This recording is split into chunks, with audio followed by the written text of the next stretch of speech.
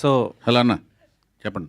So question ఏంటంటే మొన్న ఒక లాస్ట్ ప్రెస్ మీట్లో అదే మీరు ఇంట్రడ్యూస్ చేసిన హీరో మీద ఒక కామెంట్ చేశారు. ఎవరండి? రామ్ గారి మీద. దేవదాస్ మూవీకి కామెంట్ నేను చేయలేదు, తమ్మునైల్ కామెంట్ చేసింది, ఏం కాదు. సో తమ్మునైల్స్ అనేవి మా జనబాహుల్యంలోకి వచ్చేసినాయి. అవి కూడా ప్రాణాలు ఉంటున్నాయి.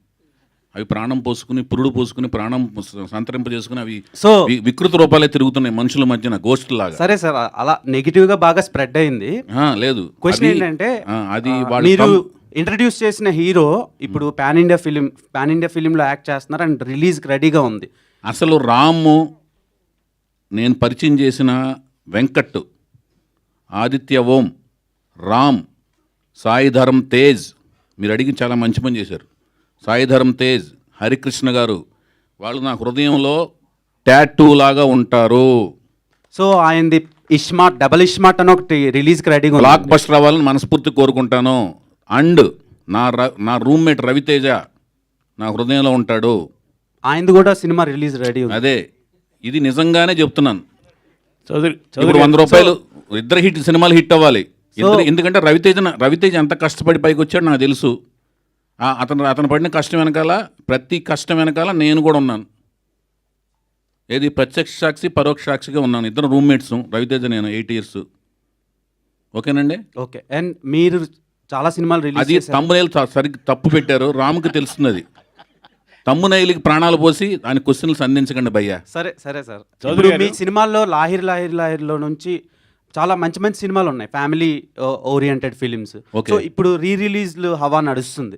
సో మీ సినిమాల్లో రిలీజ్ చేయాలంటే ఏ సినిమా రిలీజ్ చేస్తారు? అండ్ సీక్వెల్ తీయాలంటే ఏ సినిమాకి సీక్వెల్ చేస్తారు? సీక్వెల్స్ తీయాలి అనుకున్న క్యారెక్టర్, అనుకున్న ముగింపులతో నేను ఏ సినిమా తీయలేదు ఇప్పుడు దాకా. అందుకని సీక్వెల్స్ తీయను. రిలీజ్ చేయాలంటే ఏ సినిమా రిలీజ్ చేస్తారు? అది డిమాండ్ని బట్టి రిలీజ్ చేస్తాను. డిమాండ్ వస్తే రిలీజ్ చేస్తాను. డిమాండ్ రావడం అంటే ఏంటంటే, ఎవరిని వచ్చి బాబు మేము ఇంత డబ్బులు ఇస్తాం, మీరు ఇస్తారా అంటే రిలీజ్ చేస్తాను. మీ సినిమాలు రిలీజ్ అవ్వడానికి ఎందుకు ఇంత టైం పడుతుంది? ఇంత లేట్ ఎందుకు అవుతుంది? నేను ప్రేమ వివాహం చేసుకున్నాను. నా పేరు మీకు కనిపించేది వైవిఎస్ చౌదరి, కథా స్క్రీన్ప్లే నిర్మాత, దర్శకత్వం. ఓకే. తర్వాత నాకు కనిపించేది వినిపించేది వైవిఎస్ చౌదరి, ఎన్టీఆర్ వీరాభిమాని. ఈ రెండింటికి మధ్యన నా పేరు కుటుంబరావు. అర్థమైందా?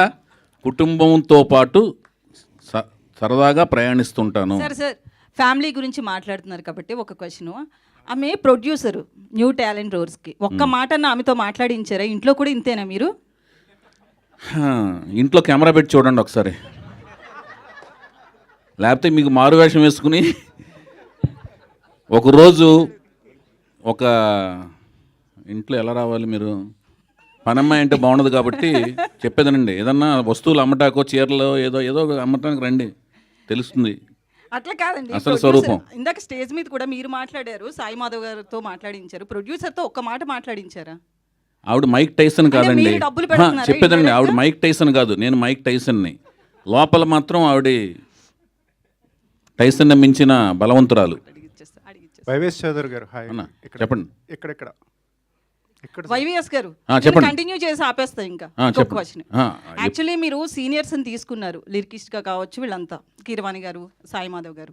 బట్ ఆర్టిస్టుల విషయానికి వస్తే కొత్త వాళ్ళని తీసుకుంటున్నారు. ఏంటి డిఫరెంట్ ట్రాక్స్? కాదండి, వీళ్ళు ఒక సాహిత్యము సంపద అంతా ఉంటుంది కదండి. సాహిత్యము తర్వాత సంగీతము, ఇదంతా ఏంటంటేనండి, అది విషయ పరిజ్ఞానం. ఆ విషయ పరిజ్ఞానం అనేది వాళ్ళతో పోటీతత్వం. మనకంటే తెలివితేటలు ఎక్కువ ఉన్న వాళ్ళతో సంభాషించి, సంగీతపరంగా కానీ సాహిత్యపరంగా కానీ వాళ్ళతో పోటీపడి వాళ్ళ దగ్గర నుంచి విషయాన్ని డ్రా చేసుకోవాలండి. ఓకేనండి. ఇక్కడ నటీనటుల తత్వానికి వచ్చేదికి ఏమవుద్దంటే, కొత్త టాలెంట్ని నాకు 13 ఏళ్ళ ఎక్స్పీరియన్స్ ఉందండి సినిమా ఫీల్డ్కి వచ్చిన తర్వాత.